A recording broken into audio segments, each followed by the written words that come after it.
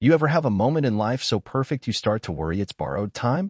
That was me 2 years ago, standing in a sunlit kitchen on a Sunday morning, flipping pancakes while my wife, Eva, hummed along to some classic Fleetwood Mac. She wore my old college hoodie, oversized and frayed at the sleeves, and smiled at me like I was still the same guy she married 10 years ago. For a brief moment, I believed her. Eva and I weren't just partners. We were a team. I was a high school teacher, she was a marketing exec, and we made it work. 2 kids, a 2-story house with peeling blue shutters, and a golden retriever named Dennis. A life that looked so stable from the outside, you'd think it came with a user manual and warranty. Our friends used to say we were the couple that made marriage look easy. We didn't fight often. We texted each other grocery lists and memes. We had date nights. We even had matching bathrobes. Ridiculous, right? But here's the thing about picture-perfect lives. Sometimes, you don't notice the cracks until you fall through one. It started small.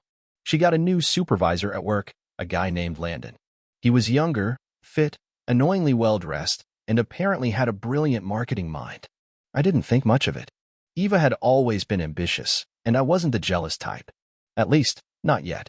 You'd like him, she said once, laughing as she poured herself a glass of wine. He reminds me of you.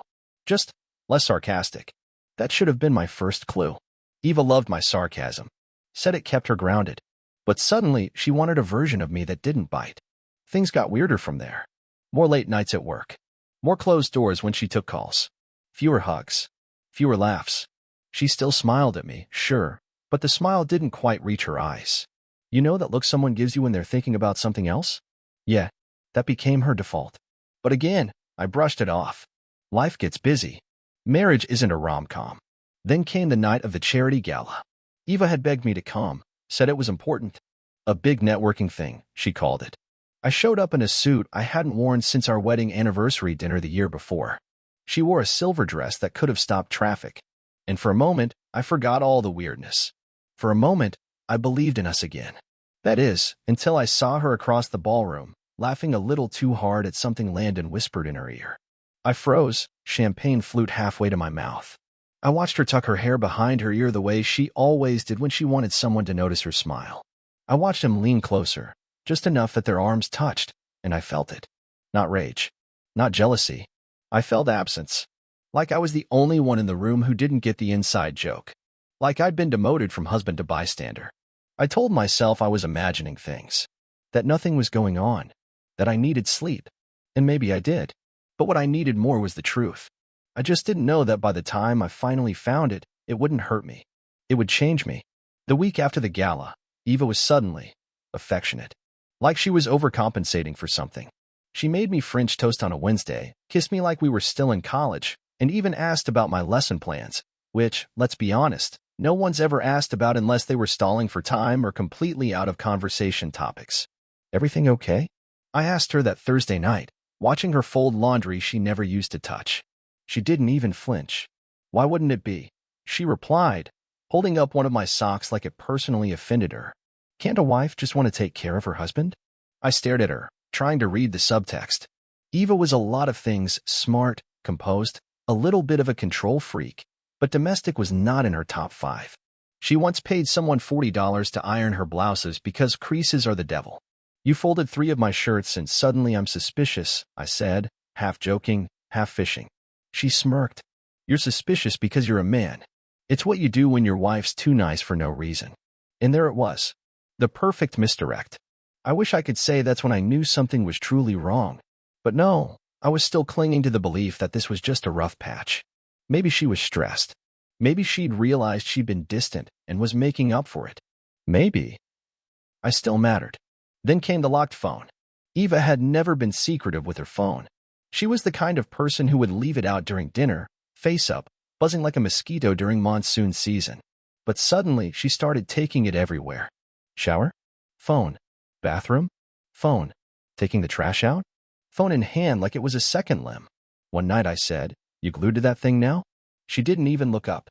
Work's chaotic right now. So chaotic you can't set your phone down for 10 minutes? This time, she looked at me. Her eyes were calm, flat, like a lake right before a thunderstorm. "Do you want to go through it, Logan?" she asked. And that question, that was a test. Not an invitation. Not a suggestion. It was bait. She was daring me.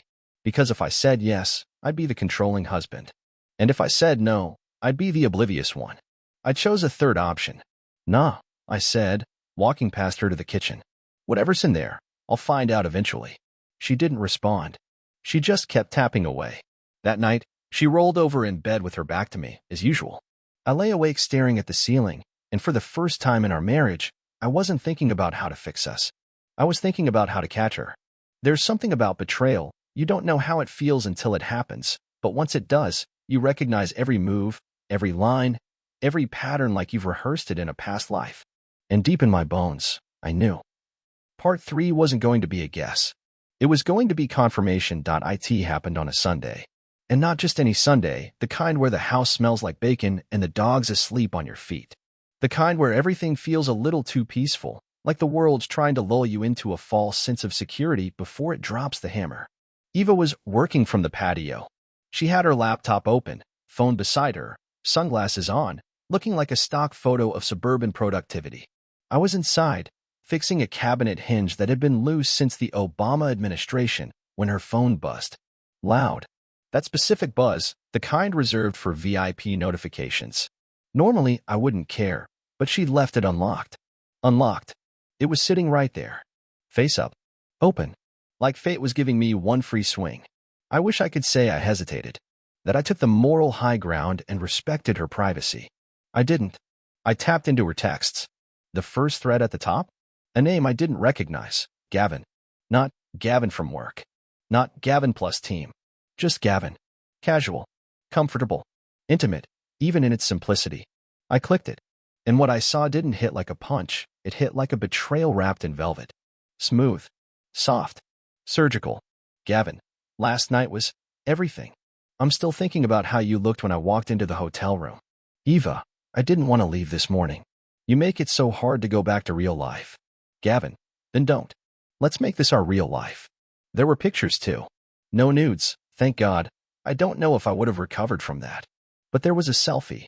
Her in a hotel robe, sipping champagne, her hair tousled like she just stepped out of a rom-com montage. She never smiled like that at me anymore. I stood there, phone in hand, heart pounding like it was trying to kick its way out of my chest. My wife. My best friend. The woman I carried out of our wedding reception because her heels were killing her, was sleeping with someone named Gavin. And not just sleeping with him. Planning something. Real life. That's what he called it. They were building a real life while I was fixing cabinet hinges and walking the damn dog. I heard her laugh outside. That same easy, breezy laugh she used to save for me. And just like that, the anger drained out of me. What filled the space was colder, sharper, calculated. I walked out onto the patio and sat across from her. You get a lot of work done? I asked casually. She looked up, startled. Yeah, just sorting through campaign reports. I nodded, smiling faintly. That's good, I said, setting her phone gently down beside her. I think it's important we're both transparent with our time.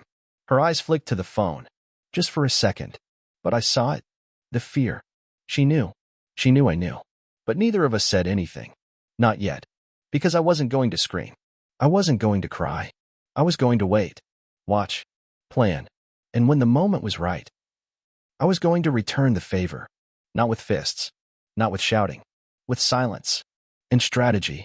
Because if she wanted real life with Gavin, I was about to show her what that really meant. The funny thing about betrayal is how quickly it rewires your brain. One day you're making grocery lists and asking your spouse if they remembered to pick up almond milk. The next, you're studying their patterns like a detective in a Bad North film, tracking timelines, facial expressions, password habits. I wasn't angry. Not in the flip the table and scream at the sky kind of way. That would have been too easy. Honestly, I felt oddly clear. Like I'd been living in fog, and now I could finally see the street signs. She was cheating. With Gavin. Whoever he was. And instead of ending things right then and there, storming into the patio and flipping her laptop off the table, I decided to do something far more productive. I smiled. You see, when someone decides to play a game behind your back, the last thing they expect is for you to start playing one of your own. I didn't confront her. Not yet. I did what any calm, rational man would do. I downloaded all the texts, took screenshots, uploaded them to a hidden cloud folder titled Dog Vaccines because honestly, if she was going to look for evidence of her own affair, She probably wasn't starting with veterinarian records. Over the next few days, I became the best version of myself. Attentive, considerate, predictable. If she had any lingering doubts about whether I knew, I erased them with perfectly timed, "How was your day?" and surprise takeout from her favorite Thai place. I even started folding laundry again. "I don't deserve you," she said one night, curled on the couch with a glass of wine, legs tucked beneath her like nothing had changed. "No," I said with a small smile. "But you've got me anyway." That one landed. She froze for a split second. Eyes flicked to mine. Then she sipped her wine and changed the subject. I logged the moment. Time-stamped it in my head. In public, we were still the picture of a healthy couple. I held her hand at the farmer's market. She kissed me on the cheek at brunch. Our friends looked at us with mild envy. And if I played the part just a little too perfectly, no one noticed. No one except Eva. She started acting twitchy, second-guessing herself, checking her phone with more urgency, even taking it into the shower now. When I asked if she wanted to plan a weekend getaway, she said she had back-to-back campaigns coming up. I told her that was a shame. I was thinking of going hiking anyway, maybe even taking a day off work. She blinked. "That's not like you." I shrugged. "Trying something new." She smiled, but it didn't reach her eyes. "Sounds fun."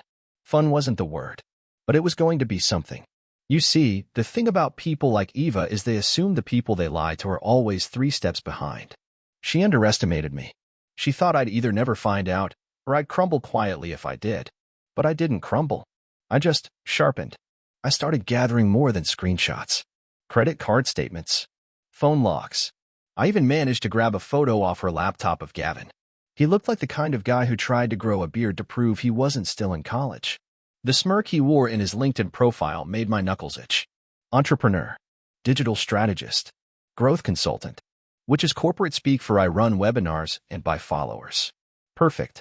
Now, some guys go scorched earth. Post everything on social media. Tell all the friends. Blow up the marriage in one glorious, petty explosion. But not me. I wanted precision. Something that would land not just hard, but smart. And for that, I needed one more piece, her plan. What was the endgame here? Was she trying to ease into a breakup? Make me cheat first? Slowly push me out and paint herself as the noble survivor of a failed marriage? That's where the journal came in. Eva kept one. Old school, leather-bound, hidden behind the cookbooks she never opened. I only found it because she left the cabinet door cracked, and I caught the edge of it peeking out like it was begging to be discovered. I hesitated before opening it. I knew what kind of damage could lie between those pages. But curiosity doesn't ask for permission. And there it was, spelled out in blue ink. Logan's been distant lately. He's kind, but tired. Predictable. Sometimes I wonder if he'd even notice if I left. Gavin makes me feel new. Alive. I don't want to hurt Logan. I just want to feel like someone's choosing me again. Interesting. I wasn't distant. I was consistent. There's a difference. But to someone craving chaos, consistency is boring. Another entry. Maybe I'll tell Logan in a few weeks. Gavin says we shouldn't feel guilty about happiness. I agree. I'm not a villain. I just outgrew my marriage. Outgrew. Like I was a pair of jeans she'd worn too many times and decided didn't fit her new vibe anymore. That word stuck with me. Rolled around my head like a marble on hardwood. Outgrew. Okay. So this was her narrative. She was going to slowly build her case. Maybe even stage a few arguments. Then leave with the grace of someone who tried everything after years of enduring her checked-out husband. Fine. She had her story. Now it was time to write mine. The next day, I started laying my own groundwork. Quietly consulted a lawyer I trusted. Moved half our joint funds into a legal holding account with receipts. Created a paper trail of her absences, her work trips, her sudden cash withdrawals. It wasn't glamorous, but it was effective. You don't beat a cheater with noise. You beat them with records. And while she was off playing soul searcher with Gavin, I was building the world's most boring but devastating case of strategic silence. She had no idea. And every time she smiled at me across the dinner table, I smiled right back. Because soon, very soon, she'd learn what it feels like to be the one left behind. And unlike her, I wouldn't need a hotel room, a lover, or a damn robe to do it. I just need the right moment. And I was almost there. Revenge doesn't need fireworks. It just needs timing. It's funny how quiet life can get when you're plotting something big. Not dramatic. Not criminal. Just clarifying. Like I was cleaning a messy desk I didn't even know had gotten cluttered. Eva had no idea. That was the best part. She floated through those weeks like she was rehearsing a graceful exit, convinced I was still in the dark. Still sweet. Still boring. I kept giving her just enough of boring Logan to keep her confident. Hey, babe, can you pick up more almond milk? Sure thing. You mind if I have a girls' night Friday? No problem. Have fun. She smiled every time. Kissed me like it wasn't guilt but gratitude. Like I was some good dog she didn't want to kick while she packed her bags. Meanwhile, I was talking to more people than she could imagine. First, the lawyer. A sharp guy named Thompson. Mid-50s, always wore a vest, and smiled like a man who enjoys getting the upper hand legally. I don't want to blow up the marriage, I told him in our first meeting. I want to surgically remove myself from it, with receipts. He leaned back, steepled his fingers. You're saying she's cheating? I slid a flash drive across his desk. With a guy named Gavin. Possibly part-time yoga instructor, full-time life ruiner. Thompson chuckled. You've already gathered evidence. Plenty. But I want this clean. No tabloids. No drama. I want custody of my peace. He nodded. We can make that happen.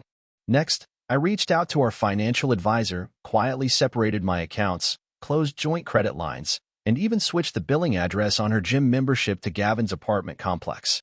A small touch. Poetic, really. I also started keeping a calendar, documenting every time she said she was working late or traveling for meetings. Times, dates, her outfits. It all went into a neat little folder I titled Exit Strategy. I even included photos of Gavin's car parked outside a boutique hotel on 7th, right around the time she said she was at yoga. If I'm being honest, I was starting to enjoy myself. And through it all, Eva was still pretending she hadn't already left me in her mind. She started dropping hints. Have you ever thought about living in separate spaces? And don't you feel like we've grown into different people? She was trying to ease me toward the edge so she could say I jumped. One night, I cooked dinner. Steak, asparagus, roasted potatoes, her favorites. Set the table, lit a candle, poured her a glass of that overpriced wine she only cracked open when she wanted to feel like a French movie character. She came in from work, all smiles and glossed lips. Wow, she said. What's the occasion? No occasion, I replied. Just wanted to surprise you. She beamed like I was handing her a get-out-of-guilt-free card. We ate in near silence.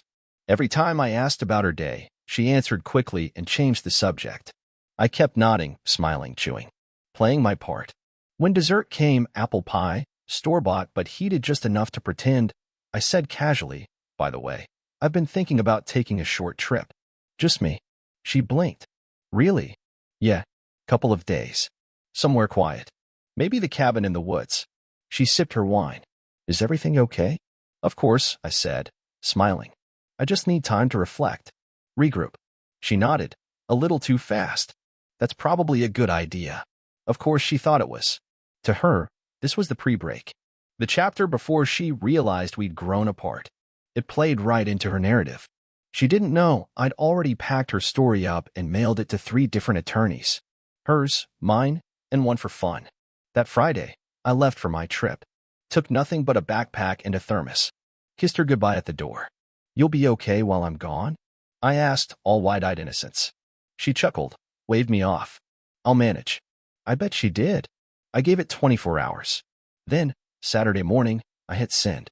To her boss, a polite, professional email with a PDF of the hotel receipts charged to the company card under the guise of business travel. To Gavin's fiancée, oh yes, turns out the life coach was engaged, an anonymous package with a thumb drive full of screenshots and photos. Tied with a bow. Literally. I used gold ribbon. To her mother, because Petty has levels, I forwarded Eva's messages about how she needed distance from her family of emotional vampires. Harsh? Maybe. But her mother always liked me better anyway. And to Eva? Nothing. No warning. No confrontation. Just silence. I came home Sunday evening, just as the sun dipped low enough to cast long shadows across our porch. Her car was there. Gavin's wasn't. The front door was open. Inside, the house was still. Too still. I found her sitting at the kitchen table. Her phone on the counter, face down. A glass of wine untouched in front of her.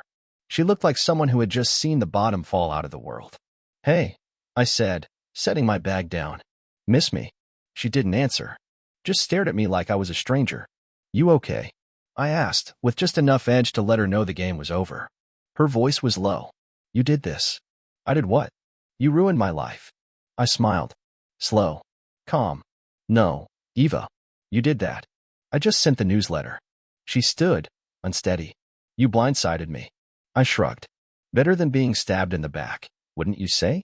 Her mouth opened like she wanted to argue, to make some grand emotional speech, but the words never came. Because she knew. I hadn't screamed. I hadn't begged. I hadn't exploded. I'd outplayed her. Quietly. Elegantly. And for the first time in months, I was the one in control. She grabbed her keys and left without another word. Not even a slam of the door. I stood in the silence for a long time. Just breathing. It wasn't rage I felt. Or even satisfaction. It was peace. Because sometimes, the best revenge is just letting someone watch you walk away. Calm. Whole. And free. The first week after she left was quiet. Not the haunting, gut-punched silence you'd expect. More like a reset. A stillness I hadn't realized I'd been starving for. I woke up to no passive-aggressive sighs. No perfume cloud in the hallway masking late-night returns. No lies over coffee. Just birds outside the window and a dog that still thought I was the best part of his day. Eva stayed gone. No calls. No texts. Just the occasional notification from the bank showing she'd withdrawn money from the joint account, until I had that frozen too. I figured she moved in with Gavin. I also figured he was learning, real fast, what it meant to shack up with someone who needed a fan club to feel validated. Funny how betrayal doesn't feel like fire when it's over. It feels like ash. And in the ashes, I rebuilt. Not dramatically. No eat, pray, love nonsense. Just slow, deliberate repairs. I started biking again. Reconnected with old friends I'd ghosted when life became a chess game of managing Eva's moods. I even called my brother and asked how his kids were doing. You okay? He asked one day. You sound lighter. I smiled. That's because I am. He paused. Is it true, she? Yeah, I said. It's true. He didn't push. Just said, good riddance. And you know what? He was right. Because with every passing day, I realized something incredible. I hadn't lost a wife. I'd shed a weight. The first time Eva called was a Tuesday afternoon. I ignored it. She tried again Wednesday. Left a voicemail. Something about talking like adults and finding closure. Closure is a nice word for give me a chance to rewrite history. I didn't respond. The third time, she showed up. I heard the knock, looked through the peephole, and there she was, hair slightly messier than usual, eyes hiding behind oversized sunglasses, holding a bakery bag like it was a peace treaty. Logan, she said when I opened the door. Can we talk? I leaned on the frame. You lost that privilege when you outsourced emotional intimacy to Gavin. She winced. Please. Just 5 minutes. I didn't invite her in. Just stood there, arms crossed. She looked around like being back on this porch gave her vertigo. I didn't expect it to fall apart like this. Cheating usually does, I said. Her voice broke. He left. Said I brought too much drama. I let that hang in the air like a punchline. Sounds like you finally met the real you. She bit her lip. I made a mistake, Logan. No, I said. You made a series of decisions. Mistakes or accidents. You were just selfish. Her hand dropped from the bakery bag. She looked so small then, like she'd shrunk under the weight of her own choices. I miss you, she whispered. I tilted my head. You miss what I gave you. Stability. Safety. A clean mirror to look into. And with that, I shut the door. News travels fast in our little community. People started approaching me at the store, the gym, even church. Logan, I'm so sorry about what happened. She didn't deserve you. We always wondered about her. Funny, isn't it? Everyone sees the cracks once the building collapses. I didn't fish for sympathy. Didn't badmouth her. Just said, things happen, and kept walking. But I could feel the tide shift. People used to say we were the perfect couple. Now, they said I dodged a bullet. Gavin? Turns out he'd been juggling more than just Eva. Word got around that he'd been seeing 2 other women, one of whom was his fiancée. I heard she keyed his Tesla and left a bouquet of dead roses on his porch. Classy. Eva's job? Gone. Apparently, her business trips had triggered a full audit. Misused company funds tend to do that. As for me, I got a promotion. Apparently, not being tangled in a domestic circus frees up a lot of mental bandwidth. 6 months later, I got a letter in the mail. No return address. Handwritten. Inside was a photo. Eva and me. From back when things were good. Or at least when I thought they were. On the back, in her handwriting. You were the best thing I ever had. I hope you're happy. E. No apology. No explanation. Just that one sentence. I folded the photo, slipped it into a drawer, and closed it without ceremony. You see, I didn't need her guilt. I didn't need her regret. Because I had something better. Peace. And that's the most underrated revenge of all. Moving on. There's no statue for men who stay quiet during betrayal. No awards for restraint. No trophies for keeping your dignity when everything inside you wants to shatter glass and scream. But there should be. Because I survived a woman who smiled at me while building a second life behind my back. I survived the humiliation, the anger, the temptation to burn it all down. And instead, I built something better. I'm not bitter. Not anymore. I'm free. And I'll tell you this, every now and then, I walk past the mirror, catch my own reflection, and nod. Not because I'm proud of what I lost, but because I'm damn proud of how I handled it. Quiet, sharp, and with my soul intact. So if you're ever wondering how it ends when a good man gets betrayed, this is it. Not with rage, not with tears, but with a smile and a locked door.